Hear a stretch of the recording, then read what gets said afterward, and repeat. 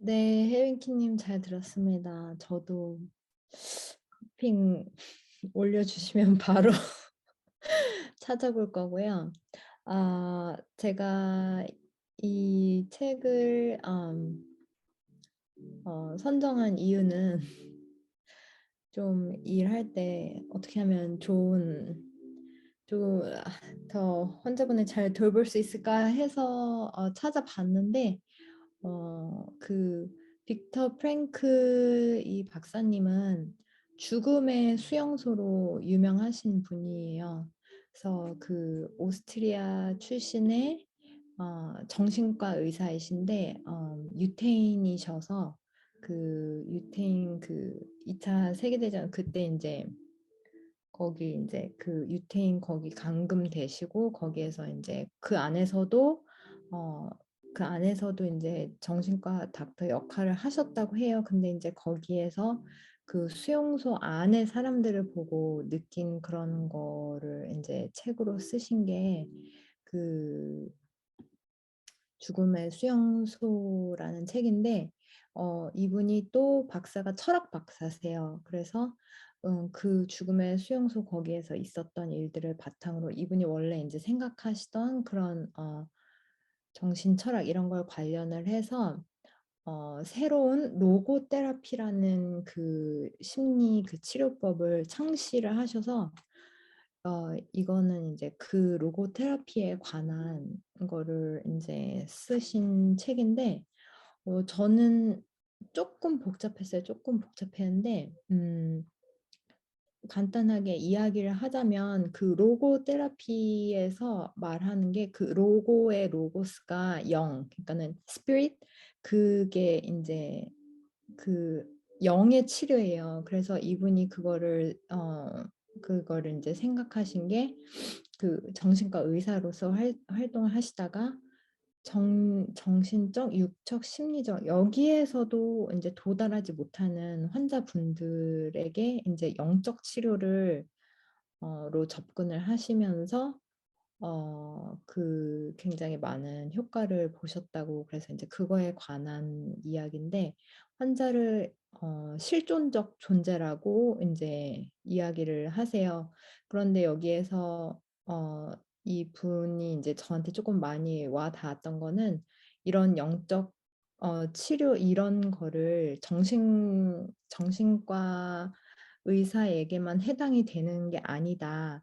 모든 의사는 그 면을 환자의 그런 면을 책임질 의무가 있다. 그런 말씀을 하세요. 그래서 여기서 한 예로 되게 익스트림한 얘긴 한데 이제 이분께서 말씀하신 게 과연 정형외과 의사여서 환자의 다리 절단 수술을 했다면 절단 수술을 하고 그 수술실을 나오면 의사의 역할은 끝난 것인가?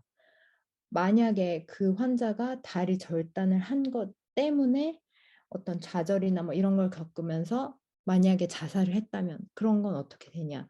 그렇게 말씀을 하시면서 이게 단지 그 정신과 닥터의 문제가 아니라 환자를 돌보는 모든 닥터들에게 이제 전인적으로 환자를 대해야 한다는 그런 얘기를 많이 하셔서 저는 조금 되게 그게 저한테 많이 다가왔던 것 같아요. 그리고 이제 이 책에서 말하는 치료 자체가 영적 치료이기 때문에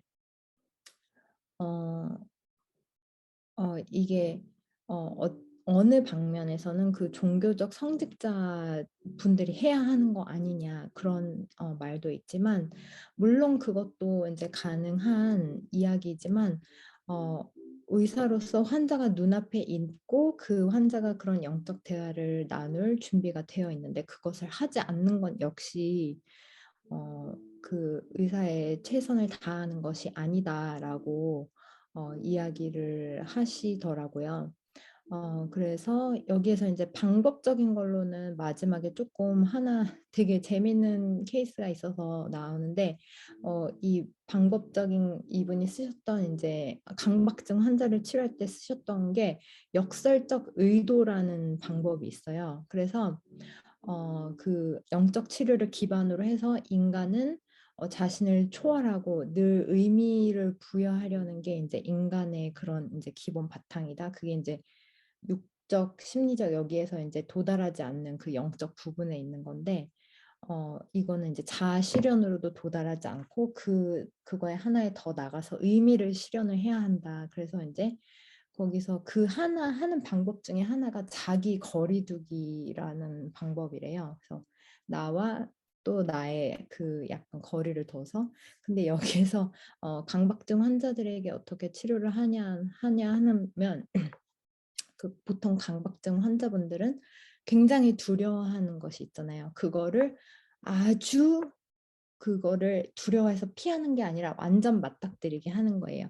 그래서 예를 들어서 뭐 나는 집 밖을 나가면 뭐 쓰러질 것만 같아서 집 밖을 못 나가 이런 분에게 아예 그거를 매우 심하게 원하게 하라는 거죠. 그래서 환자분한테 오늘은 꼭 꼭 집 밖을 나가서 꼭 길거리에서 쓰러지는 걸 목표로 하세요. 그럼 환자가 이제 쓰러져야지, 쓰러져야지, 쓰러져야지 하는데 이제 그러면 오히려 안 쓰러진다는 거예요. 그래서 이제 그런 거를 여러 번을 이제 겪으시면서 굉장히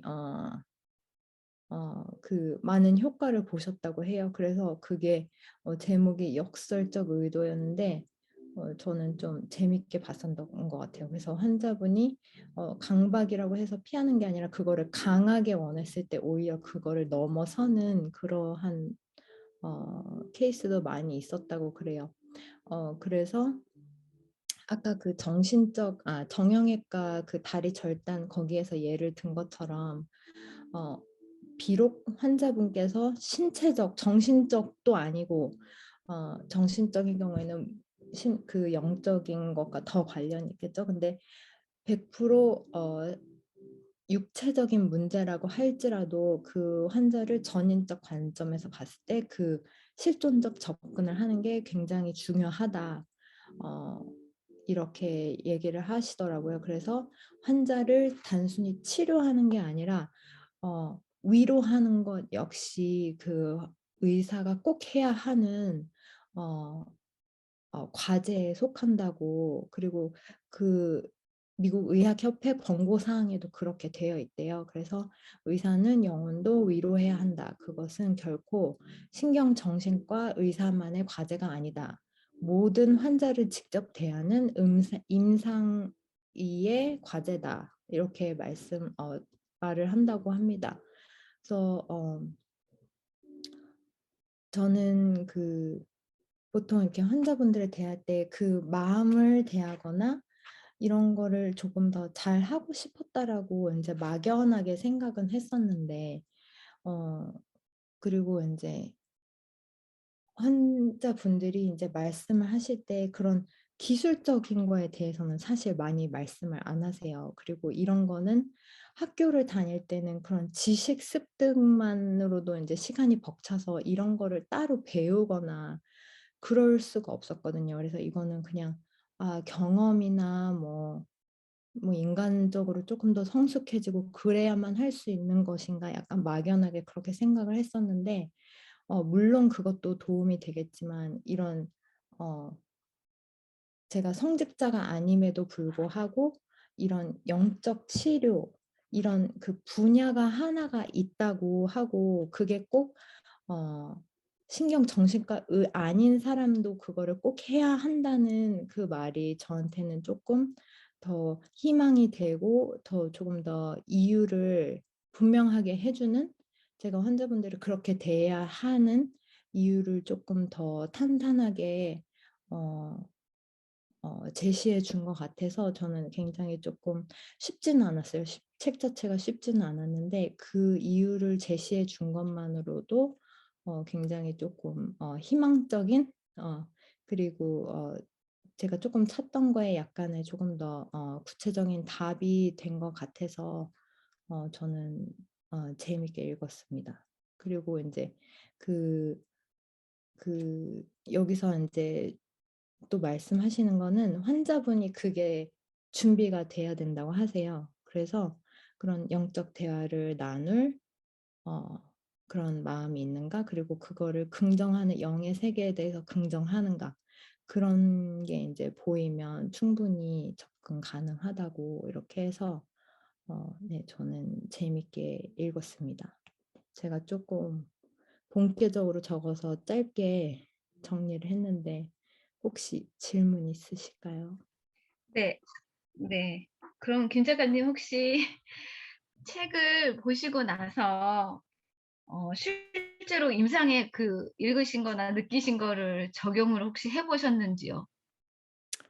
아. 적용을 안 해봤어요. 저는 아직 이 영의 대화를 환자분들과 나눈 수준은 아니고 그냥 저는 약간 조금 더 아직까지는 조금 마음의 상태인 것 같아요. 마음을 조금 더 돌보려고 하고 그 질문의 의도를 조금 보려고 하고 어, 지난 주말에도 이제 저희 친척분께서 전화를 하셔서 이제 본인의 치과에서 있었던 일을 막 얘기를 하시는데 그것도 결코 막 이빨 치료 그런 거에 대해서는 거의 말씀을 안 하시고 왜 말을 이렇게 하냐, 왜 이거에 대해서 말을 하지 않냐, 그냥 그런 젊은 치과 선생님분들이 놓칠 수 있는 어, 치과적인 지식과는 별 관계가 많이 없는 그런 것들이어서 이런 거는 정말 어디 가서 돈 주고 배우지도 못하고 시간을 기다릴 수밖에 없고 경험인데 그래서 저도 그 이분과 대화를 하면서 저도 많이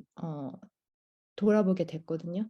그게 지식적으로는 뭐 예를 들면 뭐 이빨을 꼭 닦으셔야 돼요. 뭐 예를 들면 이런 지식적으로는 엄청난 지식이 아니지만 이제 환자분께서는 왜 이빨을 닦으라고 이야기를 해주지 않았어요? 뭐 이런 격이에요. 그래서 그분 환자분들을 조금 더 그 치료의 대상뿐만 아니라 그 인간적으로 전체적으로 보고 어, 조금 더 그 마음을 헤아리고 그 의도를 헤아리고 조금 더 한 단계 더 나아가서 그 커뮤니케이션 하면 좋겠다 그런 생각을 하게 됐던 것 같아요. 그런데 영적인 대화는 아직은 못 나눠봤네요. 근데 듣는 내내 굉장히 더 한 단계 그러니까 기술적으로 말고 마음적으로나 예 그런 영적으로 더 업그레이드 되고 성숙해진 이제 어 닥터 김의 진료를 받아보시는 환자들이 되겠네요. 이제 그 오시는 분들이. 아 네. 감사합니다. 열심히 좋은 책 나눠 노력하겠습니다. 주셔서.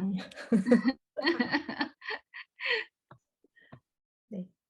네, 다음은 여기 시월애님이신데요. 저랑은 이제 개인적으로 가장 가까운 거리에 사시는 여기 남가주에 계시는 큰언니 시월애님 다음 책 소개 부탁드릴게요. 저는 그냥 오늘 그냥 경청만 하려고 들어왔는데 책을 읽긴 읽었는데 이렇게 정리를 해 놓지가 않아서 그래서 지금 막 끝낸 책이 행복한 이기주의자라고 지난번에 향님이 추천해서 땡큐땡큐 님이 잘 읽었다고 해서 저도 궁금해서 인제 읽기 시작을 했고요.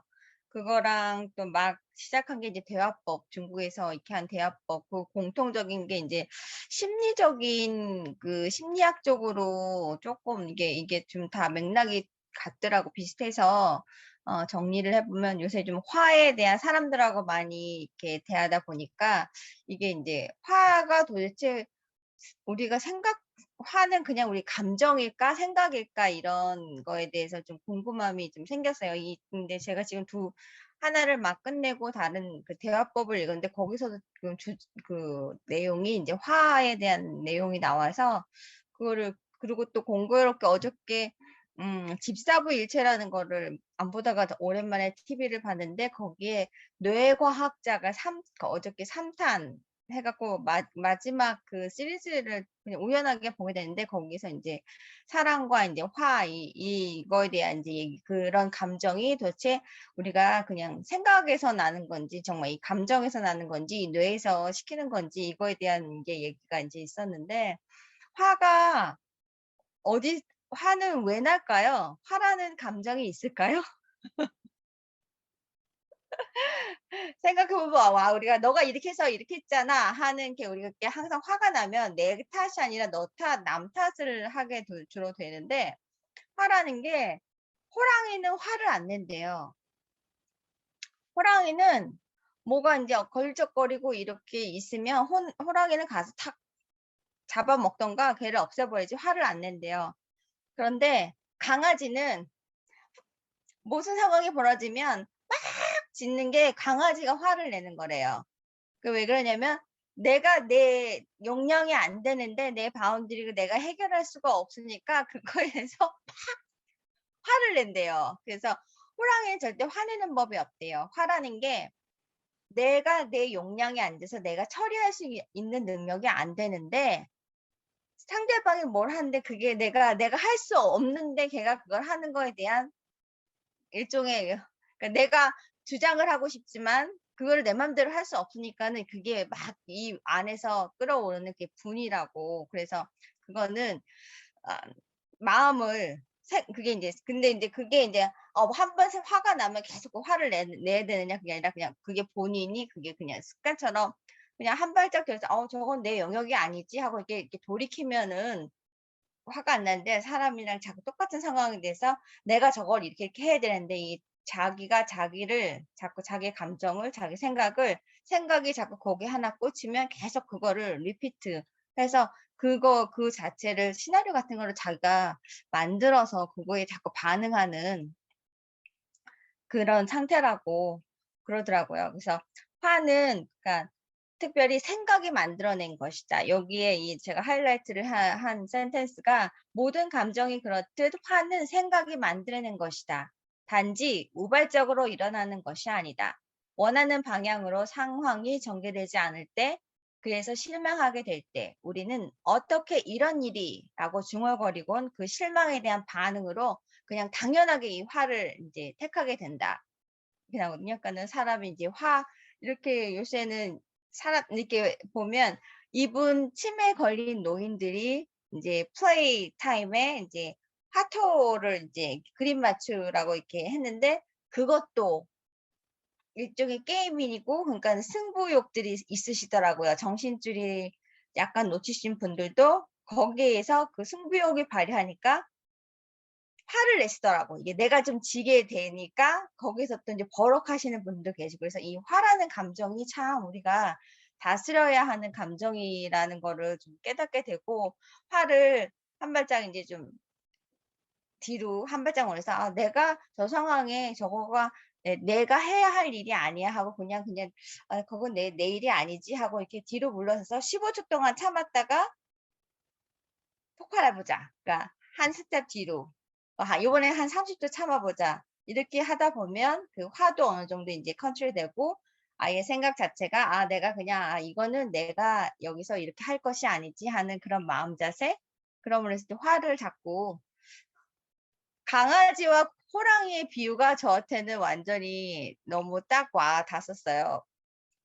아 내가 이렇게 화를 내는 거는 그래서 그런지 화를 요새 좀 잘 안 내려고 노력도 하게 되고 이렇게 좀 뒤로 한 발짝 물러서서 생각하면 '아 그래 뭐 그게 내가 화낼 일은 아니지.' 하는 생각이 또 좀 들더라고요. 그래서 이 책의 그 행복한 이기주의차를 책을 이렇게 뭐 짧은 시간에 읽은 게 아니라 쪼끔 이렇게 읽다가 이렇게 보니까 아까는 자 자존감이 높은 사람들은 누구의 눈치도 보지 않고 자기가 하는 일에 대해서 이 사람이 이렇게 얘기하든 저 사람이 저렇게 하든 그냥 자기 스텝대로 이렇게 가는 게 그 너무 그 사람이 제대로 된 이기주의 남들이 볼 때는 '쟤는 왜 이렇게 이기적이야.' 하지만 그 사람은 자기의 길을 잘 가고 있는 거라고. 그래서 그게 그 정신적으로는 굉장히 건강한 거라고. 그래서 이 마지막 이 옮긴 이가 인제 정리해 놓은 게 이 책의 저자가 전하는 바대로 심지 있는 사람이 되어 다른 사람의 이목이나 평판에 눈치 볼 것 없이 하고 싶은 바를 거침없이 하는 것. 적극적이면서도 긍정적인 마음 자세를 갖고 직접 부딪히면 내게 그동안 걸림돌이 되었던 여러 상황들이 그랬던 생각들이 생각보다 힘겹지 않게 충분히 해결 가능한 것임을 깨닫게 된 것이라고 이 옮긴 이가 인제 마지막 이렇게 정리를 이렇게 했어요. 근데 그 이거를 이렇게 이 책을 빗대서 인제 저한테 적용을 해 보면 제가 요새 병원에서 인제 사람 같이 일하는 코워커들이랑 할 때 막 트러블이 생겼어요. 생기면 전에 같으면은 반응을 할 때 제가 이 책을 읽어서 반응을 하는 게 아니라 요새는 제 마음가짐이 그냥 이렇게 누가 여기서 화를 내는 사람이 있어요. 그러면은 왜 그러지? 이제 이런 마음이었거든요. 근데 이 책을 읽으니까 그 사람이 왜 그랬는지가 이해가 돼서 그 사람은 그냥 내둬야 되는구나. 그냥 그러면 자기가 하루 생각하고 와서 그 다음날 또 와서 또 사과하고. 네, 그럼 한 번 그랬으면은 안 해야 되는데 똑같은 일이 좀 반복이 되더라고요. 그래서 나는 내가 이제 뭔가라도 찾아서 내가 노력을 하는데 저 사람은 아직 저기가 아니구나. 이 책을 어떻게 좀 보여줄까? 좀 읽으라고 추천을 좀 해줄까? 좀 안타까운 마음이 조금 들더라고요. 그래서 근데 그런 것들이 좀 적용이 바로 조금 됐어요. 저한테는 조금 이 책을 읽으면서 좀 내가 위로가 좀 됐어요. 그래서 그랬겠구나 싶은 생각이 좀 들어서 그래서 우연하게 심리학 책을 읽게 됐고 그다음에 대화법 책을 읽고 있는데 지금 현재 이게 비슷해요. 맥락이. 사람만 이게 대화하는 것도 그냥 뭐 똑같은 대화가 아니라 이 심리학이 다 결부가 되어 있더라고요. 그래서 저는 오늘 정리되지 않아서 그냥 이렇게 살짝 듣고 나가려고 그랬는데 제목과 저자를 알려달라고 어떨결에 올렸습니다. 이상입니다. 네, 시월님 아까 제가 놓쳤는데 대화법 책 제목하고 혹시 있으실까요? 네, 제 대화법은 잠깐만요. 기적을 부르는 공감 대화법. 이게 음, 중국에서 베스트셀러로 가장 온라인 판매를 많이 한 저자래요. 그래서 이 사람이 굉장히 이 책이 엄청나게 팔렸다고 그러더라고요. 그래서 읽기 시작을 했고, 지금 읽는 이 책은 행복한 이기주의자, 이게 세트가 좀 기본이 돼서 이게 좀 내용이 좀 많이 겹치더라고요. 근데 여기 이 대화법에는 어떤 케이스에 어떻게 하고, 어떤 유형은 어떻고, 뭐 주도형, 뭐 무슨 형, 뭐 이런 식으로 이렇게 나눠 있어요. 그래서 적용하고 이렇게 하는 칸도 있고 괜찮은 것 같아요. 근데 지금 이제 1파트, 1파트 읽고 있는 중이라 자세하게는 다 읽은 다음에 말씀드리겠습니다. 네, 혹시 작가 이름 아실까요? 잠깐만요. 앞에를 봐드릴게요. 네, 서재를 다시 가서 그러면 저도 대화법 장신외. 장신외 네, 중국 분께서 쓰신 책. 중국분. 예. 음. 이게 중국 거기에서 굉장히 제일 많이 팔렸대요. 텐센트인가 뭐 거기에서 온라인 판매 1위 해서 이 사람이 이게 각 기업마다 이렇게 가서 출장 가서 이렇게 해주는 사람인가 봐요. 그래서 이 클래스를 만들었대요. 이 대화하고 그래서 조금 더 이 매출을 올리고 상대방의 커스터머 서비스를 어떻게 해야 되는지 이럴 때는 이런 사람하고는 어떻게 얘기해야 되는지 이거에 대한 그게 있더라고요. 재밌었습니다. 재미있게 읽고 있습니다. 네, 감사합니다. 저도 대화하면은 참 자신이 없는 부분인데, 그래서 제가 대화법과 질문 많이 궁금해하고 있는데, 오늘 빅토리아 님도 딱 4가지 질문. 기적을 부르는 대화법. 네, 너무 혜빈캐님 제 이 뻐근한 어깨도 어찌아시고 오늘 정말 너무 재밌었습니다. 감사합니다. 네, 이상입니다. 네, 저도 안 그래도 이거 사실은 읽은 책인데 또 제가 읽은 제가 오늘 발표했던 4가지 질문하고도 또 연결되는 부분이 있는 것 같아서 되게 재밌네요. 그래서 사실은 결국 통하는 내용인 것 같아요. 그래서 이거는 행복한 이기주의자라는 책에서 나오는 사실은 거기서 이제 그러니까 모든 것을 사실은 그러니까 내가 생각하는 것, 내가 결정하는 것, 그러니까 감정도 생각도 결국은 내가 결정하는 것이라는 그 의미가 내가 그 생각을 붙잡고 있고 감정을 붙잡고 있는다는 얘기가 아니라 결국에는 내가 생각을 바꾸고 내가 감정을 이렇게 묶여 있지 않으면 사실은 그것에서 해방될 수 있다라는 그런 결론인 것 같아요. 그래서 오늘 어떻게 이렇게 그 처음과 시작이 이렇게 또 연결되는 것 같아서, 그리고 또 중간에 또 이렇게 그 의사 선생님으로서의 그 직업인으로서의 또 그런 또 고뇌가 느껴지는 또 김 작가님의 책도 네, 보면서 저 김 작가님처럼 생각하는 그런 그 의사분들이 참 많아졌으면 좋겠다라는 생각이 들어요. 그래서 저는 사실은 뭐 여기 뭐 간호사 우리 또 혜빈킴님 또 간호사 선생님이시고 그런데 그러니까 기존의 그 의료 시스템이나 이런 거에 대해서 굉장히 회의를 많이 느끼는 사람 중에 한 명이거든요. 그래서 사실은 저는 병원에 가는 거는 정말 어디가 부러져서 막 응급적인 그런 게 아닌 다음에야 굳이 병원에 갈 필요가 있을까 이렇게 생각하는 지경까지 이르렀는데 네, 이런 분들이 많아지면 네, 정말 조금 네, 우리 의료 시스템에도 특히 이제 미국은 정말 더 심각한 지경인데 네, 희망이 있지 않을까 생각이 듭니다. 그래서 오늘 이제 다른 분들이 이제 바쁘시고 이제 제님은 아이 그 밥 해주고 이러시느라고 오늘 늦게 들어오신 날인데 아마 못 들어오실 것 같고요.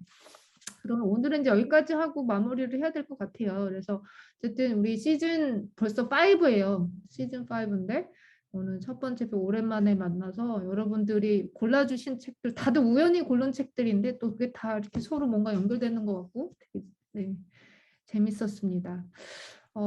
네, 오늘 너무 다시 반가웠고요. 그러면 2주 후에 네, 만나 뵙는 걸로 하고 이거를 들으시는 우리 유튜브나 우리 팟빵 여러분들은 제가 이거를 반씩 나눠서 일주일에 한 번씩 네, 쉐어하겠습니다. 네, 그럼 이제 끝나기 전에 뭐 하실 말씀 있으신 분 계실까요?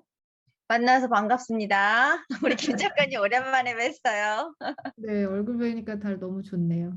네, 혜빈킴님 그 어떤 커피인가 아마존에 뭐가 좋은지 커핑 세트 예 그거 올렸어요? 한국에서 만든 거예요. 저희 예 방에 올렸으니까 거기 링크해서 예 네. 구매하시고 모르겠으면 저한테 페이스타임 인증샷 찍어서 하세요. 올려야 되는 거 아니에요? 사진 찍어서 커피가 그거 맞아요. 예. 페이스타임 네. 하세요. 애니타임 제가 알려드릴게요. 네.